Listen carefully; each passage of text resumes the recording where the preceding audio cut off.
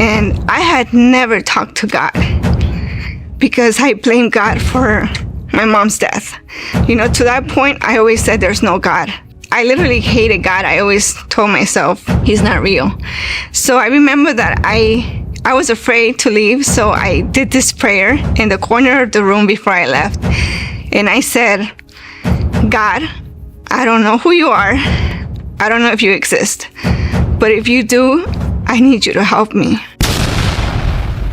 She blamed God for everything: abuse, pain, betrayal. She turned her back on him, diving into darkness, even black magic. But in the middle of her hopelessness, one desperate prayer would change everything. What happened next? It was supernatural, a divine encounter that shattered her doubt and revealed the God she never believed was real. This is her story, and it will shake you to the core. All I remember is I knew that my parents were Catholic, and I remember just seeing a cross in my house. They would have a big cross with Jesus, and I knew that he was the Son of God, but I didn't know what Jesus had done for me. And based on that, I didn't know I could have a relationship with him. I didn't know that he loved me, or what was the price of the cross, what he did in that moment for me. Especially since I grew up, in an abusive household. Both of my parents were alcoholic. My mom was a diabetic. So due to that, when I was born, I only had a 3% chance of living. Wow. I was born with a hernia and one kidney. Unfortunately, my mother passed away when I was 4 years old due to her lifestyle. When my mother passed away, there was a downstairs neighbor that my dad would leave me when she was hospitalized at times. So she moved with us when my mom passed away. I didn't know what was happening at the moment, but I do remember that my dad sat me down and was like, she's going to be living with us. And she had a son with her from a previous relationship. So he moved with us as well. And he asked me that day, she's moving in with us. Did you want to call her mom, or do you want to call her by her name? And I remember that I said, I want to call her mom. When she moved in with us, things changed in my life. I was 4 years old when my mom died, so immediately she started asking me to help her clean the house. I thought that I was helping her, but I didn't know that it was abuse. I say abuse because when I wouldn't clean the house correctly, or I wouldn't wake up on time, she would start hitting me. She would start beating me, and this led to a long abuse. But I especially remember when I started school, it was very hard for me because I was 5 years old. So I had to be woken up at 3-4 in the morning when my dad would leave to work because he had 2 jobs. So I had to be ready for school around 7. And she told me I could not go to school unless the house was clean. So I started that life at 5 years old. And I remember that if I didn't finish cleaning, I would get a beating and I would have to stay home cleaning all day. So I remember that I told myself, you have to clean the house so you can go to school, because school was kind of like my freedom. When I did get a chance to go to school, I wasn't able to do my homework.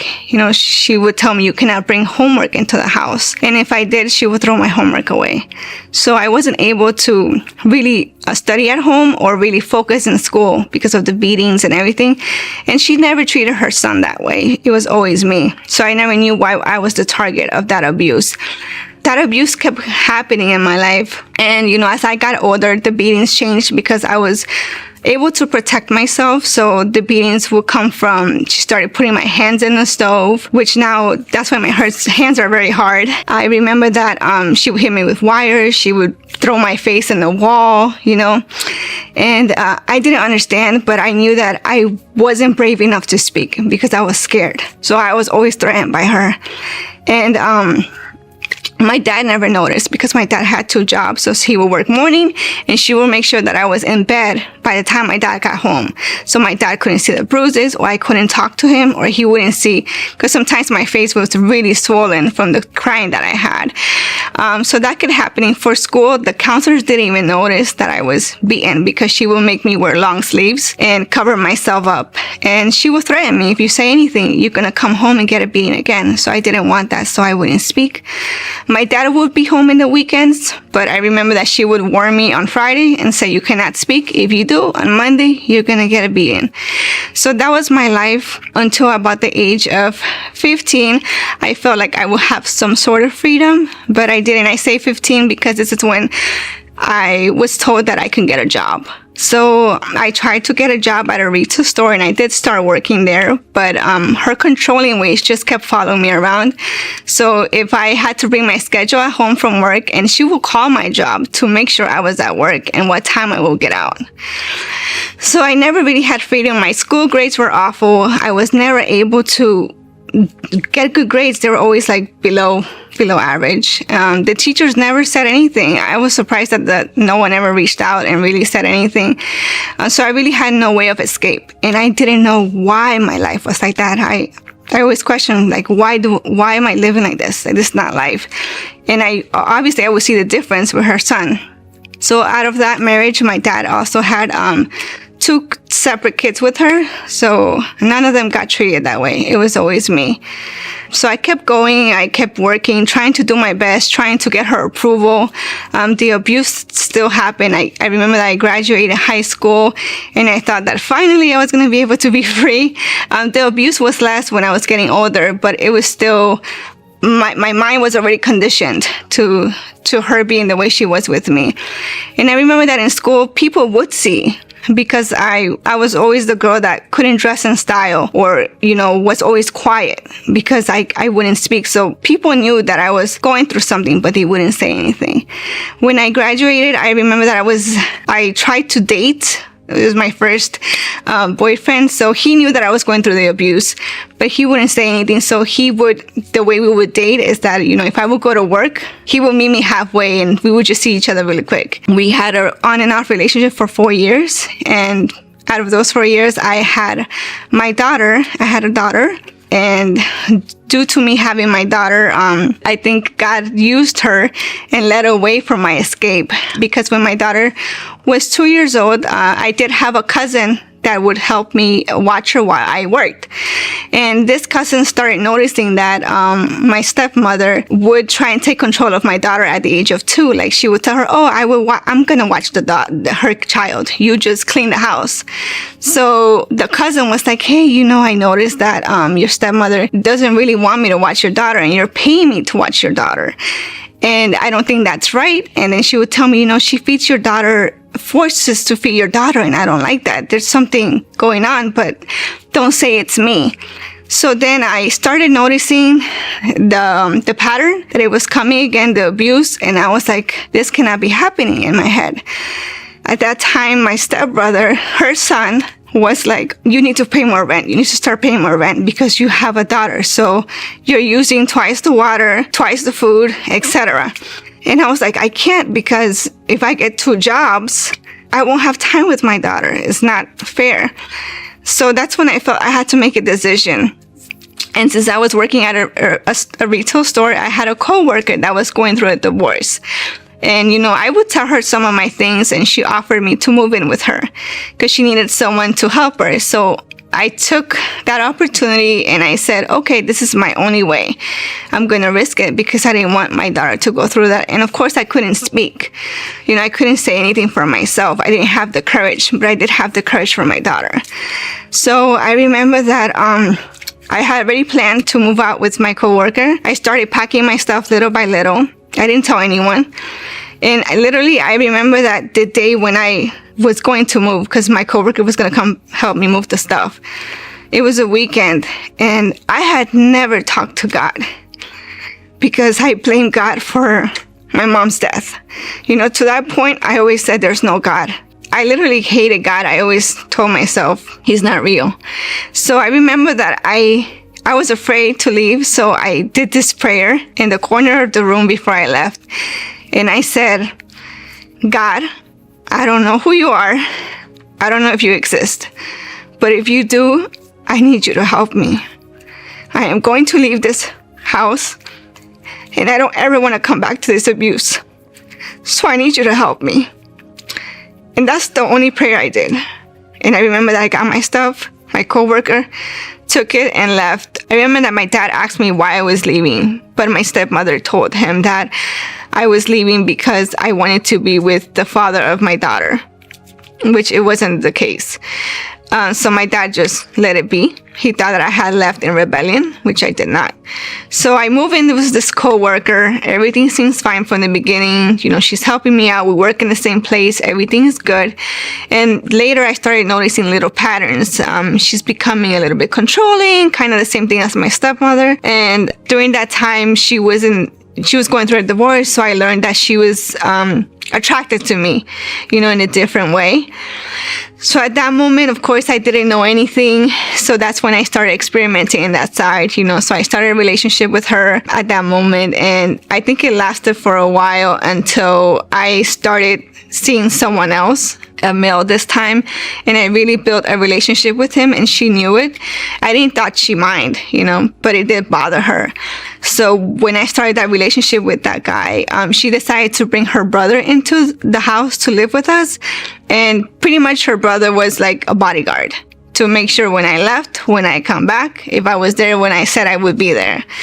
So I started being afraid. I felt like, again, this controlling pattern. And one thing that she always told me, she's like, don't go in my room. We would sleep in separate rooms. And she would tell me that. But one day I was cleaning the house, and she left her room unlocked. And when I walked in, I saw a black magic book.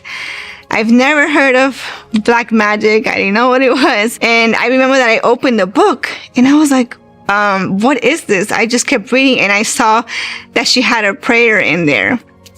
And I was like, okay, this is weird. So when she came home that day, I told her, I said, why is this book here? And then she said, oh, my grandmother taught me that, you know. She didn't confess to me at that moment, but it was through a friend of ours that told me that she was doing black magic on me. So then, okay, I had to make a choice. At that moment, I had a friend that I would talk to, so I would tell her what I was going through. And she's like, hey, move with me. Like, my parents are renting a room, move with me. So I said, okay. But I said, you need to help me because I need to sneak out of here. They won't let me leave. So I remember that I told her, we're going to wait for the guy to go to sleep. And then when he goes to sleep, I'm going to throw the stuff out and you're going to help me. So it happened that way. She came, I threw my stuff out of the balcony. I grabbed my daughter and I left. And then whatever I left it there and I never looked back. So I moved in. This was this new roommate. I know her since high school, so I thought everything was going to be good. I couldn't do laundry in the house, so I had to go out to a laundromat and do laundry. So in one of the times that I went to do laundry, I didn't know she was a medium. I didn't know about that, but this medium approached me and she was like, oh, I'm doing free readings. Can I read your hand? And I was like, sure, go ahead, read my hand. And I remember that encounter because I cried because no one had ever told me that they knew about my suffering. So she described my life of all the suffering I lived when I was young. So that really moved me. And I thought, oh man, like finally someone knows, you know? And she said, I can help you. Like, I can help you, but you have to pay me. So if you want to come tonight to my studio, I'll give you the address and you can come. And I was like, yes, like I'll go. So she told me to bring money. She told me the amount I had to bring. And I was so excited, you know, because I wanted to be free. I wanted to know why my life was the way it was. I didn't understand. So I remember that I went that same night. I couldn't wait. I went that same night and she said that she was going to do a reading for me with the cards. So I remember I walked in the studio. She started doing her readings. Everything was normal. She kept confirming to me the abuse. And she also told me that she can have me speak to my mother. My mother was dead. But I knew that I didn't want to do that. You know, I didn't want to bother my mom because she was dead. So she offered me that. I said, no, leave my mother alone. So there was a moment when she was reading the cards, she was pulling the cards, everything was fine. I remember that she pulled one card. And when she pulled this card, she just went, and then I was like, in me, I thought, oh my gosh, she saw the card of death. You know, like, this is it. And she just stayed shocked and she was like, can I ask you a question? And I said, yeah. She's like, do you know who God is? And I was like, I've heard of him, you know. And she's like, do you know who the God of the Bible is? I said, no, like, no, I don't. And then she was like, well, when I was pulling the cards out, an angel appeared to me and told me that I couldn't continue reading the cards to you because, God wants to speak to you. And I was like, how do you know God if you're a witch? Like, it didn't make sense to me. And I remember that when I was sitting, like, there was a purple curtain behind me, and she got up and she's like, come here. So I turned around because I was kind of scared, and she opened the curtains. And when she opened the curtains, there was about 6 people sitting on the floor eating food from a plate. And she said, I know who the God of the Bible is, and I know what I'm doing, but I have to do it because in my country, this is what we do, and I need to feed them. So I was like, oh, wow.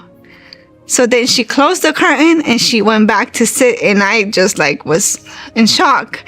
And she's like, so God is asking me to ask you if he can talk to you. And in my head, I was like, why is he asking me? And she was like, God is asking you because he's a gentleman. So he has to ask you permission. And then I sat there and I thought about it, and I was confused. And I was like, fine. What does he have to say? So the first thing she told me, okay, he wants you to know that he loves you. And when she said that, I started crying. Because I was like, that's not true. If he loved me, why is my life like this? But I guess God knew what I was thinking. So she said, God said that he wants to help you. But he can't help you because you don't allow him in your life. You don't let him in.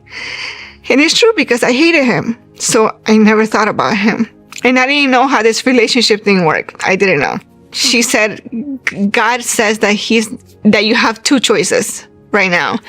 Either you accept him and you look for him, or I continue reading the cards. But I can't continue to help you if you don't make a choice. You have to make a choice, either God or this. So I didn't know. And of course, I still had that negative thought about him in my mind. So I remember I said, no, I don't want God. Like, continue. So from there, she was able to close whatever she was seeing. She's like, okay, I can continue now. Because obviously I denied him, So she kept reading the cards, and, she kept just, after she finished reading the cards, she just like, okay, this is what I can do to help you. So she gave me some potions, some pebbles, some body washes to do. And she gave me like a schedule to wash myself and light the incenses. And she said that this will cleanse my life and it would help me. So I took it, I believed it. And she told me that when I run out, I can always call her to get more, to renew myself. So I took them with me, and I did do what she told me to do. I didn't know any better. I thought that it was going to work. Also, before I left, she told me, oh, and the roommate you're living with, you have to be careful because she is not good. So you need to move out of there.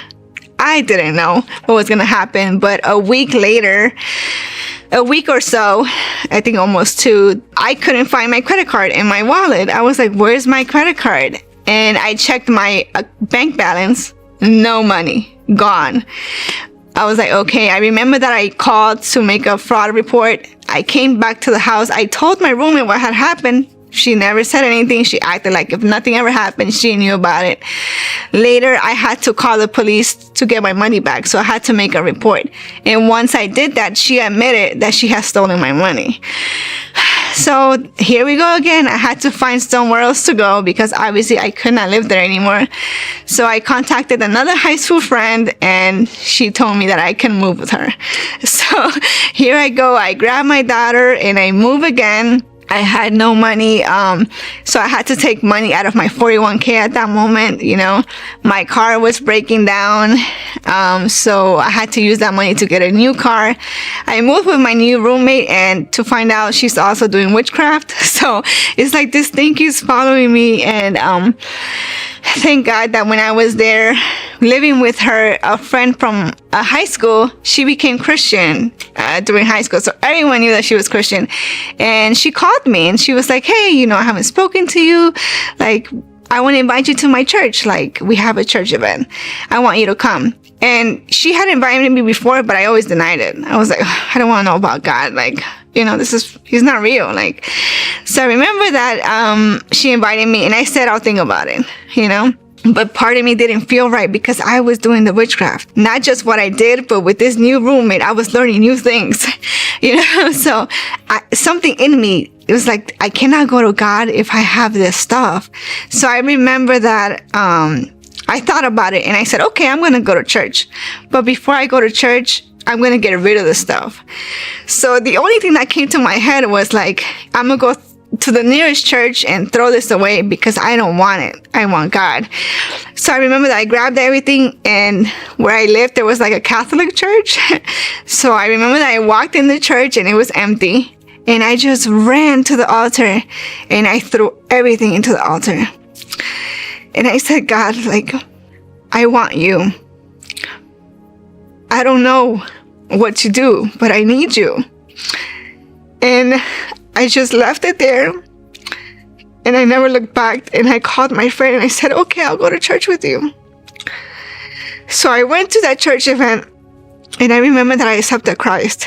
I didn't know what I was doing, and I didn't know what it meant. I heard the preaching, I saw the event, and the pastor did the call. And I said, okay.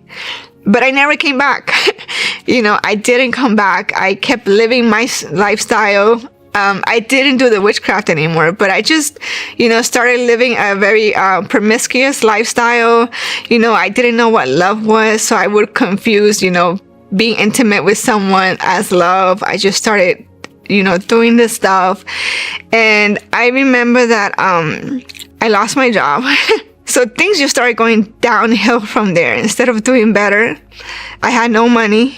I was like not using my money wisely. My car was messing up again. I was like, okay, thank God that same friend called me a year later.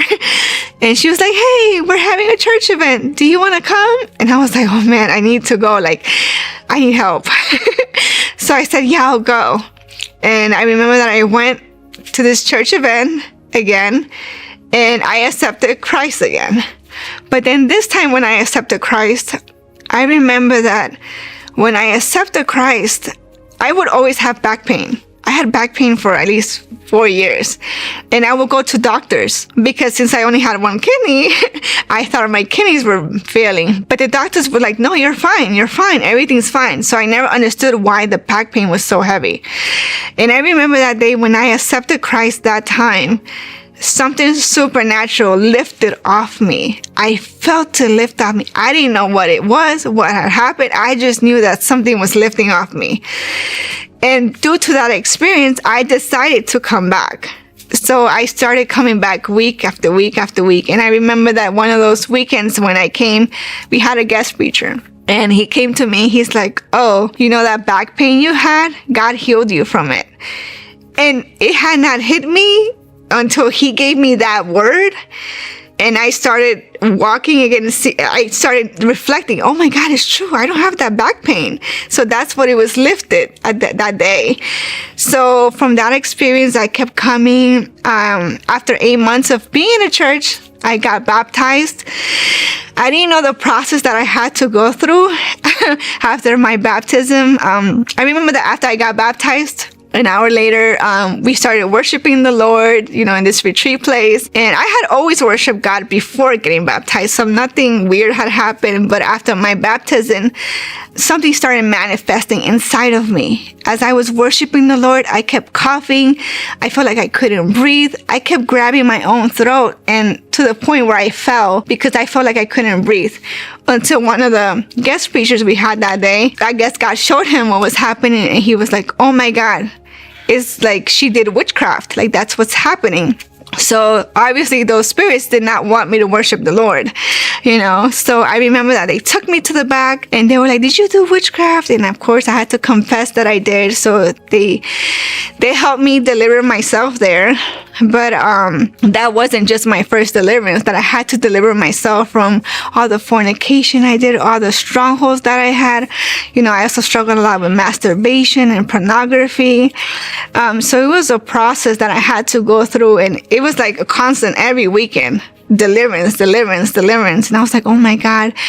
And also through that process, it was hard for me because I would keep falling into fornication. As God was working in me, I couldn't let go because I felt that was love. Again, I confused it. So of course, the Lord had to come back in again and put me back in the right path.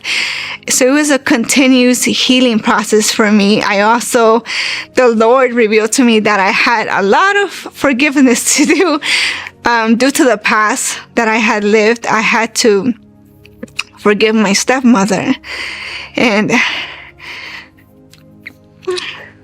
that was one of the hardest things that I had to do because I didn't understand. I told God, why? If she hurt me, why do I have to ask her for forgiveness? And the Lord told me, because you've held so much anger, it's become a stronghold. And you need to ask her for forgiveness for all the anger that you held for her. And I was like, I was scared to her. I had not talked to her ever since I left the house. And I just said, okay, if you want me to do it, I need you to do it because I can't approach this woman. So I just left it like that. And I remember that I hadn't really talked to my dad much. If I would call him before his birthday or Christmas or something, and I remember that one of those days we were gonna go out, and I went to the house where he lived with my stepmother, and he told me to go inside, and I just did. I just went inside, and I remember that I saw my stepmother, I saw my stepsisters, and my dad is like, oh, I have to get something in the room really quick. And my stepmother and I were left alone in the kitchen. And she was like, oh, hey, like, I heard you're Christian now. And I was like, yeah, I am.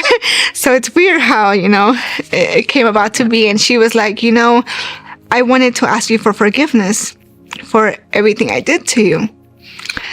I know that it was wrong. And I said, no. God told me that I had to ask you for forgiveness because I hated you for so long. I had so much anger towards you, and I'm sorry for that. And I remember that we both cried and we hugged each other, and I received that forgiveness healing that I needed too. I no longer saw her as an evil person, but as, a victim. She also needs freedom. So the Lord kept working with me, and the Lord also told me that I had to go back to school. This was a desire that I always had as a child. I always wanted to go to college. I wanted to pursue a career. But obviously I couldn't because my grades were just awful. And due to the fact that I couldn't concentrate in school and I couldn't do my homework, my grammar was just really bad. I didn't even know my punctuations, where the comma went, nothing went. And I was like, God, how am I going to get into college? Like, this is ridiculous. So I remember that I just applied and I didn't get in. I didn't get in because I failed the grammar part. So I waited another year and I went again. And, I had to ask my daughter for help because I had not studied and I knew I was going to fail the grammar part. So thankfully, it was a humbling experience, but I was able to get through with the help of my daughter. So I got accepted into college, and God was very graceful through that period for me. Like, he put grace in my teachers. They were very understanding. And now I have my bachelor's degree. So I give God all the glory because he's restored that desire in me, And the Lord also told me that he was going to bring my father back. So I was like, what? He had been married to this woman for 35 years. I didn't know what God was going to do or why he was going to bring my dad back. Because I told God, my child years are done. Like, I can never get those back. But the Lord told me he needs freedom too. So I'm going to free him and he's going to come to you. So I remember that one time my dad gave me a call and he was like, hey, do you want to go out to eat? I was like, sure, let's go out to eat. So we went to eat, and when we sat down, we started talking, and he's like, I have a question for you, but I just want you to answer me with a yes or a no. And I was like, okay, sure. So he was like, did this person abuse you? And of course he said my stepmother's name. So I said, yes, she did. And I remember that I couldn't believe I had said yes, And then we just left it a lot. We ate. It was kind of weird, but we ate, and I went home. And then 2 days later, he calls me and he reveals to me that he had a dream, that he was asking God, why doesn't Gina love me? Like, why doesn't my own daughter love me? And in the dream, he said that Jesus appeared and told him, the Gina that you see is not the Gina who is. And so he showed him 2 Ginas. So the first Gina is the one that was abused. So God showed him that I was there and my stepmother was abusing me. And then the second Gina is the one that does love you. So once he got that dream, that's when he called me to ask me, when we went out to eat. So from there, he was already having problems with her. And I guess that God was already working in him for that freedom. So after that conversation, he asked me if he can move in with me. And of course, I was excited. So I said yes. And I knew that it was the promise of God to free him and bring him back. So now I've been living with my dad for 3 years going, I can never get that back, but just the moments that I have now with him and, he's learning about Jesus. He's seeing me. We've talked about everything I did. There's no secrets. And I know that the Lord is working and it's giving me that back, that relationship with my father, So I'm thankful that God gave him back to me. And the last thing that the Lord decided to work in was in me. I look at it back now and I'm like, wow, the Lord had me first forgive all those people before working in me. So before this internal healing happened, I was going through a lot of battles in my church. My church, I've been there for 9 years now, but there was a period in my time where I didn't want to submit. I didn't want to submit to my leaders, especially not to my pastor. And the reason for my pastor me not submitting, it's crazy because, a pastor is an authoritative figure. So that authoritative figure was abused in my mind due to a parent being an authority figure too. So my stepmother abused that figure, So in my mindset, I couldn't really get close to my pastor because I felt she was going to abuse me. She's going to abuse the authority just like my stepmother did. And I always desired for my pastor to be my mom, the female pastor to be my mom. But I couldn't. It was a wrestle that I had. So I decided to leave. I was like, I'm going to go to another church, because I can't do it here anymore. And I remember that I started going to another church and the Lord told me that I had to go back. I did attend that church for like maybe 6-7 months. And there was a special guest and this guest spoke to me like no prophet had ever spoken to me in my life. He spoke to me from birth and he revealed to me why I've been abused all these years. So it's a generational curse because my mom was abused. Her mom was abused. My grandmother was abused. My dad was abused. Wow. So it came to me and it had stopped here. And if you see back, it wanted to continue with my daughter, but the Lord did not permit. So I learned that the abuse was a generational curse. And the Lord spoke to me that day and told me that from that day on, I was not going to be the same, that I was going to love myself, that I was going to forgive myself, and that I would see myself the way Jesus sees me, which I had no idea what that was. And I remember that I got a deliverance that day. But I promise you, the next day when I woke up, and I remember the day because I put my feet in the ground, and it's like I was standing in a new realm. Like I was not me, the old Gina. I was the new me. I saw myself in the mirror and I was like, wow, I am beautiful. Like I am loved. I am able. I saw myself with this new identity. So the Lord sent me back to my church and I was able to speak to my pastor and tell her why I was the way I was. Now, before you get to that point, you actually share this part with me, and I think it's a beautiful part about what the pastor from the other church told you. Could you share that with us? Because you left your church, right? And you went to this new church, and then you received a message that sent you back to your church. Could you tell us what happened there? Yes. So like I said, that guest, the Lord revealed to him that, why I was abused for so long.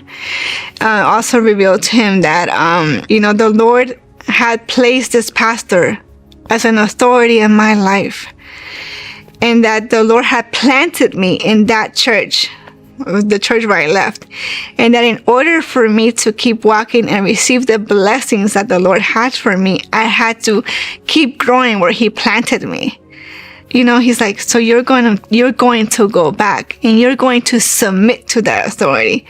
And when you submit to the authority of God, you will see that the doors will open for you. And I remember that He anointed me, He blessed me, and He said, you have to go back. Like, there's no other way. And I remember that I had conviction. For the first time, I was like, okay, I'm wrong. I am wrong. That conviction, I wrestled a couple in my thoughts, but I was like, no, I know that I have to submit. I have to let go of this fear, because the Lord was mostly looking out for me. There's a fear I had that I had never told my pastor or spoken, that is the authority figure that caused me to run away. So by me going back, I pretty much faced that fear that I had of thinking that anyone with authority was going to abuse it. Now that I have a wonderful relationship with my pastor, and she's the mother figure that I didn't have. And I thank God, because I can see how the enemy did not want me to see her as a mother, because now I feel complete. I have my dad, I have my pastor, which is my spiritual mom, but she's also, I call her my mom, and I feel complete, and I thank the Lord, because if that wouldn't have happened, we wouldn't have gone anywhere. And thanks to that, I'm able to love myself too. I forgave myself for everything that I did to myself during those years. All the abuse that I let in me, all those negative thoughts that I had of me, I didn't know that I had an identity in Jesus, So once the Lord freed me from that mentality, because it was attacks of the enemy in my mind for all these years, I only received rejection, abuse. So the Lord freed me from that. And since that day, I love myself. And now that I love myself, I can love others. Because when I didn't love myself, I was so bitter. Even though I was in the gospel and walking with God, I was still bitter. I couldn't understand why some people were happy. It looked so happy, but I wasn't. Of course, God was still working in me. There was happy moments in my life, but there was something in me that was not happy. And that's because I didn't love myself, and I couldn't love others. And now that I'm able to love myself, my vision has changed. My heart has changed. It has opened to love people how Jesus loves people. So I thank the Lord for that. And, the Lord redeemed me. He redeemed me from the past. Everything that the enemy tried to take away, the Lord has brought it back, has restored it, and is giving me, and is going to give me more. So, I praise Jesus for that. Gina, who is Jesus to you? Jesus is my best friend. He is my Redeemer. He's my Savior. He came to redeem everything and save me from myself. Gina, for anybody who is watching right now, who is feeling discouraged, who is connecting with your story of abuse, of even rejection towards God, maybe they're in that place right now where they don't want anything to do with God. What can you say to those people watching and who are connecting with your testimony right now? I know that it's hard to look at Jesus as a Savior at this moment. I know that you might be angry like I once was, or feel like you're unloved, unwanted, or you're questioning your life, like, why is your life like this? But the only answer is Jesus. The only way is Jesus. That's why He died for us, so that we can have life, so that we can have joy, so we can have peace, so we can have redemption through Him. And it might take a while, but if you call on Jesus, even if it's a simple prayer, He will meet you where you are. He will come to you, because Jesus came to me. I didn't go to Him. I didn't want to go to Him. But just that one simple prayer, and He found me.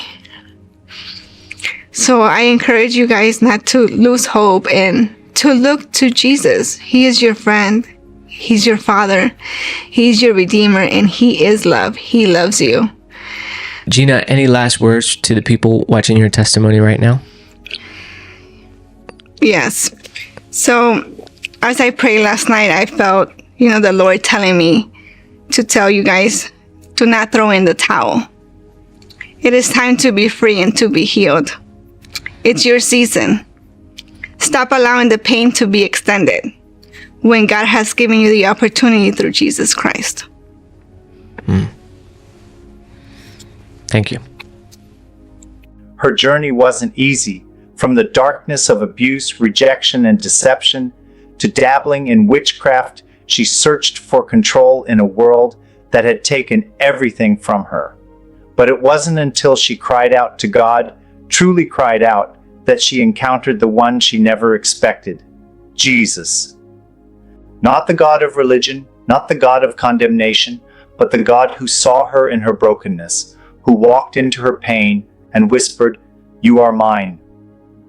She was a woman who once cursed God, and now she can't stop praising Him. Because in that moment of surrender, she found everything she was looking for: love, peace, healing, purpose. Her life became a testimony of redemption, of how no pit is too deep, no past too dirty, no wound too raw. When Jesus steps in, everything changes. If you're listening right now and you feel forgotten, abandoned, or too far gone, let this be a sign to you. God still sees you. He still loves you, and He's still calling you home. All it takes is one prayer, one moment of surrender, one whisper, "Jesus, help me." That's all it takes to begin again. Her story is not just her own. It's a reminder to us all that grace reaches deeper than sin, and God never stops pursuing the ones He loves. Jesus loves you,